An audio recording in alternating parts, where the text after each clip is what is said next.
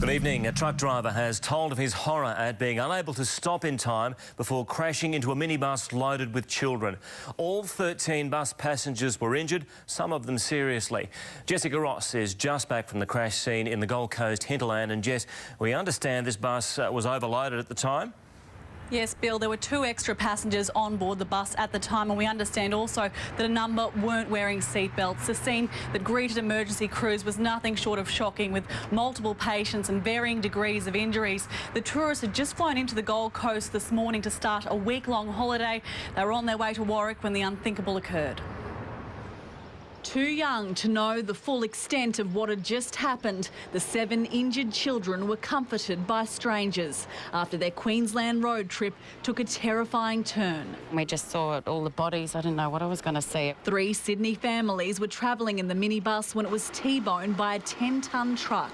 There was a lot of unconscious people and the kids were crying and everyone was shaken up. Including the truck driver, who claims the van pulled out in front of him, leaving little time to stop. His teenage son was also on board. I quickly looked over to make sure he hadn't gone through the windscreen, and then, yeah, to see the kids in the other van wasn't good.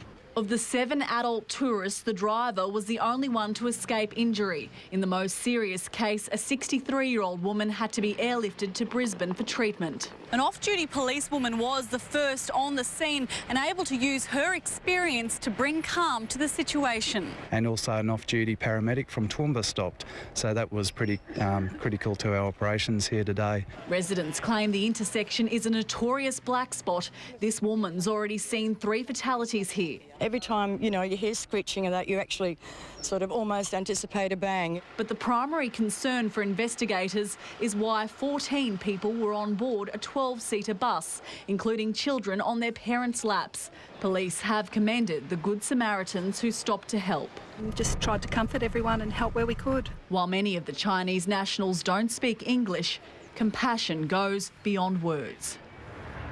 Now, the Forensic Crash Unit is, of course, going to be investigating this crash. They will be looking at the fact that the bus was overloaded. The driver could potentially face charges for that and also for failing to stop at a stop sign. But, of course, that all needs to be thoroughly investigated first. Georgie?